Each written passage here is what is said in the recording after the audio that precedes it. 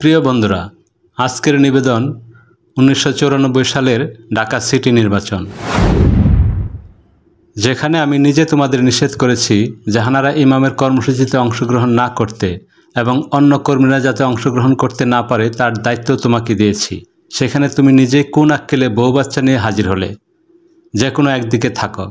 যদি জাহানারা ইমামকে পছন্দ হয় তবে তাকে নিয়েই থাকো, আমার দিকে আর এসো না। আমি চুপ করে ভাবছি এখন কি বলা যায়। মাথায় একটা বুদ্ধি এলো। ধীরে ধীরে বললাম, নেত্রী, আমি কিছু বলতে চাই। তিনি বললেন, তুমি আবার কি বলবা? তোমার আর কি বলার আছে? বলো, কি বলতে চাও? আমি বললাম, নেত্রী, আমরা আসলে মেয়ের জুতা কেনার জন্য এলিফ্যান্ট রোড যাচ্ছিলাম, কিন্তু আপনার নির্দেশ পালন করার জন্য একটু আগেভাগেই বেরিয়েছিলাম এবং প্রেস ক্লাবের সামনে অন্তত 300 কর্মীকে কানে কানে জাহানারা ইমামের এই কর্মসূচিতে যোগ না দেওয়ার জন্য আপনার নির্দেশ জানিয়ে বিদায় করেছি। কিন্তু ফটো সাংবাদিকদের খপ্পর থেকে বাঁচতে পারলাম না। তারা নাছুর বান্দা, ফটো না তুলে ছাড়লই না। আসলে এটা মানববন্ধন কর্মসূচির ফটো না, কৃত্রিমভাবে তোলা এই ছবি। মাত্র কয়েকদিন আগে রায়ট হয়ে গেল, মৌলবাদীরাও সক্রিয়। দেশের এই উত্তপ্ত পরিস্থিতিতে আমি বউ বাচ্চা নিয়ে জাহানারা ইমামের মানববন্ধন কর্মসূচিতে যাব? আমার কি মাথা খারাপ হয়েছে? আমি শুধু আপনার নির্দেশ পালন করার জন্য এই ঝুঁকি নিয়ে সেখানে গিয়েছি। নেত্রী বললেন, তোমরা তো এমনি করবা, হিতে বিপরীত করবা। তোমাদের নিয়ে যদি একটু নিশ্চিন্তে থাকা যায়। বুঝো এবার ঠেলা? সবাই পত্রিকার ছবি দেখে বলবে শেখ হাসিনার নিজস্ব লোকেই জাহানারা ইমামের কর্মসূচিতে। এখন আর কাকে নিষেধ করবে না যাওয়ার জন্য? তোমাদের নিয়েই আমার যত জ্বালা। জননেত্রী শেখ হাসিনা তার সরকারি বাসভবন 29 মিন্টু রোডে দুপুরের খাবার খেতে খেতে বললেন, বেশ কিছুদিন হলো টুঙ্গিপাড়া যায় না, চলো আগামীকাল টুঙ্গিপাড়া যাই। IWTA-কে বিশেষ ফেরি রাখার নির্দেশ দিয়ে দাও। নেত্রীর কাছ থেকে জানতে চাওয়া হলো কোন পথ দিয়ে যাওয়া হবে, আরিচা দিয়ে নাকি মাওয়া দিয়ে। বঙ্গবন্ধু কন্যা বললেন, আরিচা দিয়ে অনেক ঘোরা হয়, অনেক দেরিও হয়, আর মাওয়া দিয়ে পথ কম, সময়ও কম লাগে, মাওয়া দিয়েই ভালো। মাওয়ার 3 ঘাটে 3টা স্পেশাল ফেরি রাখার নির্দেশ দিয়ে দাও। স্পেশাল মানে হলো বুট থেকে যতক্ষণ পর্যন্ত বঙ্গবন্ধু কন্যা শেখ হাসিনা ফেরি পার না হবেন ততক্ষণ পর্যন্ত ফেরিওয়ালা জাতীয় পতাকা লাগিয়ে ঘাটের পাশে দাঁড়িয়ে থাকবে। এই স্পেশাল হয়ে থাকা ফেরিগুলিতে কোনো যানবাহন এবং কোনো মানুষ পার করা হবে না যতক্ষণ পর্যন্ত বিরোধী দলীয় নেত্রী শেখ হাসিনা পার না হবেন। ফলে প্রচণ্ড যানজট এবং নদী পারাপারে মানুষ জট হবে। ঘন্টার পর ঘন্টা, এমনকি সারাদিন পর্যন্ত মানুষ এবং যানবাহন ফেরিতে নদী পারাপারের জন্য ঘাটে বসে থাকবে। জনসাধারণের এই সীমাহীন দুর্ভোগের কথা ভেবে বঙ্গবন্ধু কন্যা শেখ হাসিনাকে বলা হলো, নেত্রী, মাওয়া রোডে 3টা ফেরি, বিশেষ করে দলেশ্বরী নদীর 2 ঘাটে 2টা ফেরি স্পেশাল করে রেখে দিলে এই রাস্তায় প্রচণ্ড যানজট হবে, মানুষের সীমাহীন দুর্ভোগ হবে। তার চেয়ে আরিচা দিয়ে একটি ফেরি পার হতে হয়, আমরা আরিচা দিয়ে যাই। উত্তরে শেখ হাসিনা বললেন, যানজট হবে, দুর্ভোগ হবে, তাই বলে কি আমি পথ চলা ছেড়ে দেব? আমি মাওয়া দিয়ে যাব। তুমি IWTA-কে 3টি ফেরি স্পেশাল করার নির্দেশ দিয়ে দাও। যেই কথা সেই কাজ। টেলিফোনে IWTA-কে মাওয়া ঘাটে 3টি ফেরি স্পেশাল করে রাখার নির্দেশ দেওয়া হলো। পরদিন সকাল 7টায় আমাদের গাড়িতে করে স্ত্রী ময়না আর কন্যা স্বর্ণলতাকে নিয়ে রওনা হলাম। 5 মিনিটের মধ্যেই বুড়িগঙ্গা ব্রিজে পৌঁছে বঙ্গবন্ধু কন্যা বিরোধী দলীয় নেত্রী শেখ হাসিনার জন্য অপেক্ষায় রইলাম। জননেত্রী শেখ হাসিনা সকাল 7টায় রওনা দেওয়ার কথা এবং অবশ্যই 7:30 থেকে 8টার মধ্যে বুড়িগঙ্গা ব্রিজে পৌঁছানোর কথা। 8:30 পর্যন্ত বুড়িগঙ্গা ব্রিজে অপেক্ষা করে নেত্রী না আসায় দলেশ্বরী ফেরিঘাটে অপেক্ষা করব বলে চলে এলাম। দলেশ্বরী ফেরিঘাটে এসে দেখি জাতীয় পতাকা টাঙিয়ে একটি ফেরি ঘাটের পাশে বঙ্গবন্ধু কন্যা শেখ হাসিনার জন্য অপেক্ষা করছে পুলিশ বাহিনীর একটি দল। আর ফেরিঘাটে অলরেডি যানজট শুরু হয়ে গেছে। ঘাটের 2টো ফেরির মাঝে একটি স্পেশাল হয়ে আছে। অবশিষ্ট যানবাহন পার করে কুলাতে পারছে না বাকি ফেরিটি। বেলা 10টা বেজে গেল, অথচ বিরোধী দলীয় নেত্রী শেখ হাসিনা আসছেন না। তবে কি কর্মসূচির কোনো পরিবর্তন হলো? পুলিশ অফিসারের কাছে জিজ্ঞাসা করলাম। পুলিশ অফিসার বলল, বিরোধী দলীয় নেত্রী এই পথে যাবেন, আমরা তো সেই ডিউটিতেই আছি। এরপর আমি ফেরিঘাট পার হয়ে দ্বিতীয় ফেরিঘাটে এসে দেখলাম এখানেও একটি ফেরি জাতীয় পতাকা টাঙিয়ে স্পেশাল হয়ে বঙ্গবন্ধু কন্যা শেখ হাসিনার অপেক্ষা করছে। আর পারাপারের অপেক্ষায় থাকা মানুষের সীমাহীন দুর্ভোগ শুরু হয়ে গেছে। দ্বিতীয় ফেরিও বেলা 12টা নাগাদ পার হয়ে এলাম। এবার এলাম মাওয়া ফেরিঘাটে। এখানেও একটা বড় ফেরি জাতীয় পতাকা টাঙিয়ে ঘাটের বাইরে অপেক্ষা করছে। পুলিশের একটি বিশেষ দলও এখানে অপেক্ষা করছে। আমার স্ত্রী ময়নাকে বললাম, একটা ফেরি এলেই আমরা পদ্মা পার হয়ে ফরিদপুরের বাঙ্গায় গিয়ে অপেক্ষা করব। কারণ বলা তো যায় না, বঙ্গবন্ধু কন্যা শেখ হাসিনা আরিচা দিয়েও চলে যেতে পারেন। ময়না বলল, দূর, তা হয় নাকি? এখানে 3টা ফেরি অপেক্ষা করছে, জায়গায় জায়গায় পুলিশ বাহিনী অপেক্ষা করছে। নেত্রী আরিচা দিয়ে চলে গেলে অবশ্যই একটা সংবাদ দিতেন, যাতে করে ওনার অপেক্ষায় থাকা ফেরি এবং পুলিশ স্পেশাল ডিউটি ছেড়ে নর্মাল ডিউটিতে ফিরতে পারে। একটা বড় ফেরি এলো, আমি ফেরিতে গাড়ি তুললাম, পদ্মা পার হয়ে ফরিদপুরের বাঙ্গায় এসে অপেক্ষা করতে লাগলাম। আধা ঘন্টা অপেক্ষায় থাকার পর দেখলাম শেখ হাসিনার জাতীয় পতাকাবাহী গাড়ি ফরিদপুরের দিক থেকে আসছে, অর্থাৎ বিরোধী দলীয় নেত্রী আরিচা দিয়ে এসেছেন। আমাদের দেখে নেত্রী হাত নাড়লেন, আমরা তার গাড়ি বহরের সাথে যোগ দিলাম। গোপালগঞ্জ সার্কিট হাউসে এসে সকলেই থামলাম।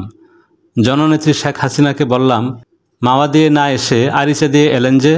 তিনি বললেন, কে যেন বলল মাওয়ার রাস্তায় কার্পেটিং সুন্দর না, তাই আরিচা দিয়েই এলাম। আমি বললাম, মাওয়া রোডে 3টা ফেরি অপেক্ষা করছে, পুলিশ অপেক্ষা করছে, একটি ইনফরমেশন তো পাঠাবেন। নেত্রী তার সাথে আসা ব্যক্তিদের বললেন, তোমরা ইনফরমেশন দাও নাই? উত্তরে কেউ কোনো কথা বলল না। আমি বললাম, হাজার হাজার মানুষ ঘন্টার পর ঘন্টা রাস্তায় যানজটের নদী পারাপারে কষ্ট করছে। বিরোধী দলীয় নেত্রী শেখ হাসিনা বললেন, রাস্তায় বসে থাকা, এই তো, এ আর কি কষ্ট? তাছাড়া এ দেশের মানুষের তো তেমন কোনো কাজকর্ম নাই, রাস্তায় না হয় ঘন্টার পর ঘন্টা পার করে দিল, তুমি এসব নিয়ে বেশি চিন্তা করো না। অতঃপর সন্ধ্যার দিকে শেখ হাসিনার পিত্রালয় টুঙ্গিপাড়া পৌঁছালাম। 30শে জানুয়ারি 1994, ঢাকা সিটি কর্পোরেশনের মেয়র এবং কমিশনার নির্বাচন। বঙ্গবন্ধু কন্যা শেখ হাসিনা এবং তার দল আওয়ামী লীগ ঢাকা মহানগর আওয়ামী লীগের সভাপতি মোহাম্মদ হানিফকে ঢাকার মেয়র পদে মনোনয়ন দিয়েছেন।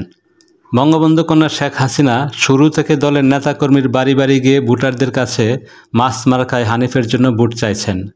অধিক রাত পর্যন্ত মিছিল চলছে এবং চলছে নির্বাচনী জনসভা। প্রতিটি পাড়া মহল্লা অলিতে গলিতে চলছে মেয়র ও কমিশনারের নির্বাচনের কাজ। আওয়ামী লীগ, বিএনপি, জাতীয় পার্টি, জামাত, কমিউনিস্ট পার্টি সহ সকল রাজনৈতিক দল নির্বাচনী কাজে ভীষণ ব্যস্ত। ঢাকায় টান টান উত্তেজনা। নির্বাচনের আর মাত্র কয়েকদিন বাকি। 25শে জানুয়ারি সন্ধ্যাবেলায় ধানমন্ডির 8A রোডে বঙ্গবন্ধুর চাচাতো ভাই শেখ হাফিজুর রহমানের বাসায় 71-এর যুদ্ধাপরাধী জামাত নেতা গোলাম আজমের সাথে শেখ হাসিনার দ্বিতীয় দফা বৈঠক হয়। এই বৈঠকে গোলাম আজম বিএনপির প্রার্থীকে সমর্থন না দেওয়ার আশ্বাস দিলে শেখ হাসিনাও রাজনীতিতে জামায়াতকে আক্রমণ না করার আশ্বাস দেয়। 30শে জানুয়ারি 1994, ঢাকায় প্রথমবারের মতো সরাসরি জনগণের ভোটে মেয়র নির্বাচন চলছে। সকাল 8টা থেকে বিরতিহীনভাবে বিকাল 4টা পর্যন্ত একটানা ভোট গ্রহণ করা হবে। গত রাতেই জননেত্রী শেখ হাসিনা নির্দেশ দিয়েছেন, আজ 30শে জানুয়ারি সকাল 6 ঘটিকায় 29 মিন্টু রোডে তার বাসায় হাজির হওয়ার জন্য। নির্দেশ মোতাবেক সকাল 6:45 নেত্রীর বাসায় হাজির হলাম। বঙ্গবন্ধু কন্যা ঘুম থেকে উঠে একসাথে নাস্তা করলেন। তারপর সকাল 6:45টার দিকে তার লাল রঙের নিশান পেট্রোল জিপ গাড়িতে করে আমাদের সঙ্গে নিয়ে বেরিয়ে পড়লেন। বঙ্গবন্ধু কন্যা প্রথমে গেলেন শেরেবাংলা নগরের রাজধানী হাই স্কুলে, তারপর গেলেন ধানমন্ডি বয়েজ হাই স্কুলে, এরপর গেলেন ধানমন্ডির 32-এ তার পিতার বাড়ি বঙ্গবন্ধু ভবনে। সেখানে কিছুক্ষণ অপেক্ষা করে চা খেয়ে নিজের ভোটার স্লিপ নিয়ে চলে এলেন সিটি কলেজে ভোট দিতে। সিটি কলেজে ভোট দেওয়া শেষ করে আরও কিছু ভোট কেন্দ্র ঘুরে বেলা 11টা নাগাদ ফিরে এলেন 29 মিন্টু রোডে তার সরকারি বাসভবনে। জননেত্রী শেখ হাসিনা তার মিন্টু রোডের বাসভবনে ফিরে আসার 10-15 মিনিটের মধ্যে উপস্থিত হলেন আওয়ামী লীগের যুগ্ম সাধারণ সম্পাদক নওগাঁর আব্দুল জলিল। সভানেত্রী শেখ হাসিনাকে আব্দুল জলিল বললেন, নেত্রী, আমাদের অবস্থা তো ভালো না, আমরা মনে হয় নির্বাচনে জিততে পারবো না, আমাদের লোকদের ভোট কেন্দ্র থেকে বের করে দিচ্ছে। আপনাকে তো আগেই বলেছি, আওয়ামী লীগ হলো হরতাল আর আন্দোলনের দল, নির্বাচনের দল না, আপনি খামাখা নির্বাচনে যান। আব্দুল জলিলের কথা শেষ না হতেই হাজির হলেন আওয়ামী লীগের সাধারণ সম্পাদক জিল্লুর রহমান। জিল্লুর রহমানের পিছন পিছন এলেন প্রেসিডিয়াম সদস্য আব্দুর রাজ্জাক সহ অন্যান্য নেতৃবৃন্দ। একমাত্র আব্দুর রাজ্জাক ছাড়া সব নেতৃবৃন্দেরই এই একই কথা, মেয়র নির্বাচনে ব্যাপক কারচুপি হচ্ছে, আমাদের কর্মীদের ভোট কেন্দ্র থেকে বের করে দিচ্ছে, নির্বাচন বাতিলের দাবি করা হোক, আন্দোলন করা হোক, ইত্যাদি ইত্যাদি। প্রেসিডিয়াম সদস্য আব্দুর রাজ্জাক বললেন, নির্বাচনে কারচুপি হচ্ছে, আমাদের কর্মীদের বের করে দেওয়া হচ্ছে, এটা কি আপনারা কেউ ভোট কেন্দ্রে গিয়ে দেখেছেন?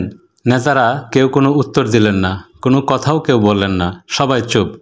জননেত্রী শেখ হাসিনা বললেন, এটা আবার ভোট কেন্দ্রে গিয়ে দেখতে হয় নাকি? ওরা তো ভোট কারচুপি করবেই, এখন না করলেও একটু পরে করবে। কাজেই আমাদের নির্বাচন বাতিলের দাবি করতে হবে এবং এই ইস্যু নিয়ে বিএনপি সরকার পতনের আন্দোলন করতে হবে। খালেদা জিয়া সরকারের পতন ঘটাতে হবে। টেবিলে রাখা টেলিফোন সেট, যে সেট দিয়ে উপস্থিত সকলেই কথা শুনতে পারে, সেটা দিয়ে শেখ হাসিনা স্বয়ং প্রধান নির্বাচন কমিশনারকে ফোন করলেন। প্রধান নির্বাচন কমিশনারকে না পেয়ে অন্য একজন নির্বাচন কমিশনারকে নির্বাচন বাতিল করার কথা বললেন। নির্বাচন কমিশনার বিস্ময়ের সাথে বললেন, ম্যাডাম, নির্বাচন বাতিল তো দূরের কথা, কোনো ভোট কেন্দ্রে নির্বাচন স্থগিত করার মতো কোনো ইনফরমেশন এখন পর্যন্ত আমাদের কাছে আসেনি। জবাবে জননেত্রী শেখ হাসিনা বললেন, আমার কাছে ইনফরমেশন আছে, নির্বাচনে কারচুপি হচ্ছে, আমি বলছি নির্বাচন বাতিল করেন। নির্বাচন কমিশনার বললেন, ম্যাডাম, আপনি কাইন্ডলি বলেন কোন কেন্দ্রে কারচুপি হচ্ছে, আমরা অবশ্যই তার ব্যবস্থা নেব। শেখ হাসিনা বললেন, চিফ ইলেকশন কমিশনারকে বলবেন আমাকে ফোন দিতে। এই বলে তিনি ফোন রেখে দিলেন। এরপর প্রায় প্রতি ঘন্টায় ঘন্টায় নির্বাচন কমিশনে নির্বাচন বাতিল করার দাবি জানিয়ে ফোন করা শুরু হলো। বিকাল 4টা নাগাদ একবার প্রধান নির্বাচন কমিশনার জননেত্রী শেখ হাসিনার নির্বাচন বাতিলের দাবিতে বললেন, ম্যাডাম, আমি ইতিমধ্যে প্রয়োজনীয় ব্যবস্থা নিয়েছি। সামান্য গোলযোগের কারণে আমি কয়েকটি ভোট কেন্দ্রের ভোট স্থগিত করেছি। শেখ হাসিনা পুনরায় নির্বাচন বাতিলের দাবি করলে নির্বাচন কমিশনার বললেন, ম্যাডাম, আমি নির্বাচন কমিশনে বসে নেই, আমি সরাসরি ভোট কেন্দ্রে গিয়ে নিজে নির্বাচন পর্যবেক্ষণ করেছি। আপনি নিশ্চিন্তে থাকুন, যে কোনো প্রয়োজনে আমরা সিদ্ধান্ত নিতে পিছপা হব না। ম্যাডাম বললেন, হ্যাঁ, আপনি নির্বাচন বাতিলের সিদ্ধান্ত নিন, আমি পরে আবার ফোন করব। এই বলেই তিনি ফোন রেখে দিলেন। এরপর প্রায় 15 বার ফোন করেও প্রধান নির্বাচন কমিশনারকে পাওয়া গেল না, কিন্তু রাত 10টার সময় প্রধান নির্বাচন কমিশনারকে পাওয়া গেল। প্রধান নির্বাচন কমিশনার ফোন ধরতেই শেখ হাসিনা উচ্চস্বরে বললেন, কি হলো, নির্বাচন বাতিলের ঘোষণা দিলেন না যে? নির্বাচন কমিশনার বললেন, ম্যাডাম, আমাদের কাছে যে ফলাফল এসেছে তাতে মেয়র পদে মাস মার্কায় মোহাম্মদ হানিফ বিপুল ভোটে এগিয়ে রয়েছে। এখন কি আমরা নির্বাচন বাতিল ঘোষণা করব? শেখ হাসিনা বললেন, জি জি, কি বললেন? তিনি বললেন, হ্যাঁ ম্যাডাম, এখন পর্যন্ত প্রাপ্ত ফলাফল অনুযায়ী মেয়র পদে মাস মার্কায় মোহাম্মদ হানিফ বিপুল ভোটে এগিয়ে রয়েছে এবং মোহাম্মদ হানিফের মেয়র হওয়া প্রায় নিশ্চিত। আমরা কি নির্বাচন ফলাফল বাতিল করব? তিনি বললেন, তাই নাকি? না না, বাতিল করবেন কেন? আপনি খেয়াল রাখবেন যেন এই ফলাফল উল্টে না যায়, আমি পরে আবার যোগাযোগ করব। এরপর শেখ হাসিনার টেবিল টেলিফোন সেট বন্ধ করে উপস্থিত সবাইকে উদ্দেশ্য করে বললেন, শুনলেন তো, হানিফ নাকি মেয়র হচ্ছে। এখন তো আমাদের নির্বাচন বাতিলের দাবি করা ঠিক হবে না। জিল্লুর রহমান বললেন, দেখেন এটা আবার কোন চাল? আব্দুর রাজ্জাক বললেন, নেত্রী, নির্বাচন কমিশনে আমার একজন ঘনিষ্ঠ লোক আছে, আমি তার কাছে গিয়ে সঠিক খবর নিয়ে আসি। শেখ হাসিনা বললেন, তাই যান, আপনারা সকলেই যান, যার যেখানে লোক আছে সেখান থেকে সঠিক খবর নিয়ে আসেন। রাত তখন 12টা, সবাই চলে গেল। একমাত্র আব্দুর রাজ্জাক ছাড়া আর কোনো নেতাই রাতে ফিরে এলো না। রাত 1:30টার দিকে আব্দুর রাজ্জাক মিন্টু রোডে এসে বললেন, নেত্রী কোথায়? হানিফ তো মেয়র হয়ে গেছে। নির্বাচন কমিশন দেশি বিদেশি সমস্ত নিউজ মিডিয়াতে হানিফের মেয়র হওয়ার ফলাফল পাঠিয়ে দিয়েছে। এখন হানিফ বেসরকারিভাবে ঢাকার মেয়র, নেত্রীকে সংবাদটা দিতে হবে। আপনি বসেন বলে আমি উপরে গেলাম। সভানেত্রী শেখ হাসিনা ডিশ অ্যান্টেনায় হিন্দি ফিল্ম দেখছেন। তাকে আব্দুর রাজ্জাকের আসার সংবাদ এবং হানিফের মেয়র হওয়ার সংবাদ দিলে তিনি বললেন, হানিফের কপাল ভালো। আব্দুর রাজ্জাক দেখা করতে চায় জানালে তিনি বললেন, দূর, ছবিটা জমে উঠেছে, এই সময়ে দেখা টাকা হবে না, তুমি বলে দাও আমি ঘুমিয়ে পড়েছি। নিচে নেমে এসে আব্দুর রাজ্জাককে বলা হলো, আপনি চলে যান, নেত্রী ঘুমিয়ে পড়েছেন, আজ আর উঠবেন না। আব্দুর রাজ্জাক চলে যাওয়ার পর ফোন এলো প্রেসিডিয়াম সদস্য আব্দুস সামাদ আজাদের। সভানেত্রীকে সামাদ আজাদের ফোনের কথা বলা হলো, তিনি ওই একই কথা বললেন, দূর, সিনেমাটা জমে উঠেছে, বলে দাও ঘুমিয়ে গেছি। এরপর যেই ফোন করুক বলে দেবে ঘুমিয়ে গেছি। বন্ধুরা, এই ছিল আজকের পর্ব। আগামী পর্ব পেতে চাইলে চ্যানেলটি সাবস্ক্রাইব করে আমাদের পাশেই থাকুন। ধন্যবাদ।